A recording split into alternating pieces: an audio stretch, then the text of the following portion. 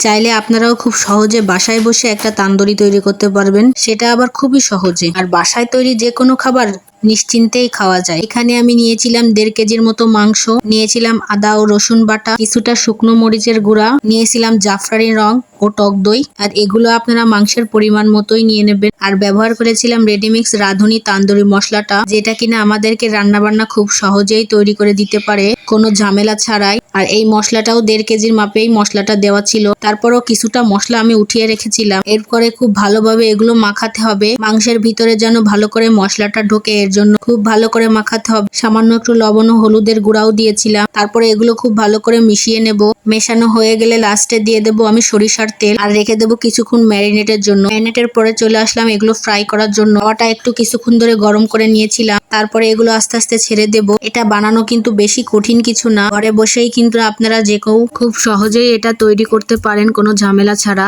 আর ঘরের তৈরি জিনিসটা কিন্তু বেশ সুস্বাদু হয়েছিল। আর এটার ফাইনাল লুক দেখেন, দেখতেই কতটা লোভনীয় লাগতেছে, খেতে না জানি কত আরো মজাদার।